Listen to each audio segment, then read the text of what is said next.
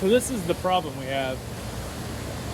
In come guts and water to here, and then as it gets full, this pump needs to pump it out and it goes away. We worry about that later. But this here is our solution right now.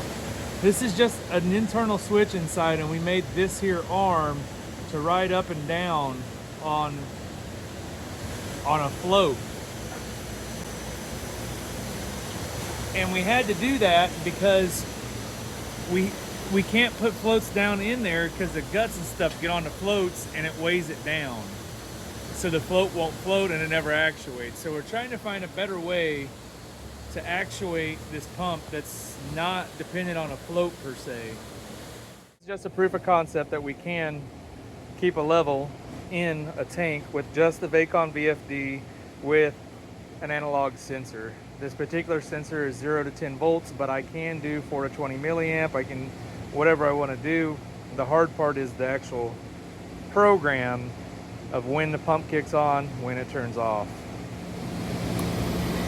There, the motor just kicked on. Let's activate this guy. So you can see the guts up there. That's what we're dealing with. It gets on the float and it just causes a mess. The float won't work. So now we're pumping down.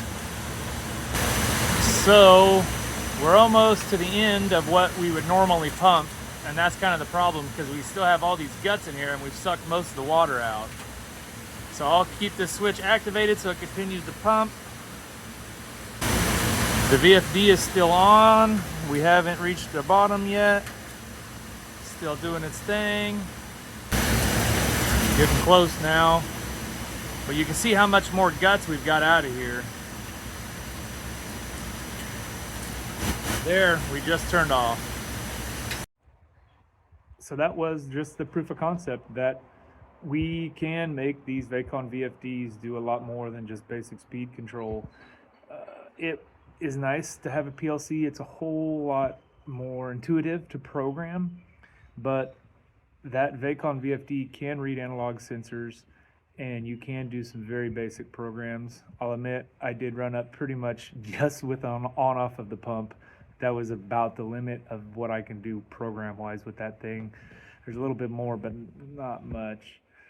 If people are interested, I can get into how to make it read the analog sensors. I can get into what I did to do the programming, all that stuff. Just let me know. But as of now, next step is to take that program, write it all down, and put it on that pump and see if it works. Hopefully our screen house will be working better.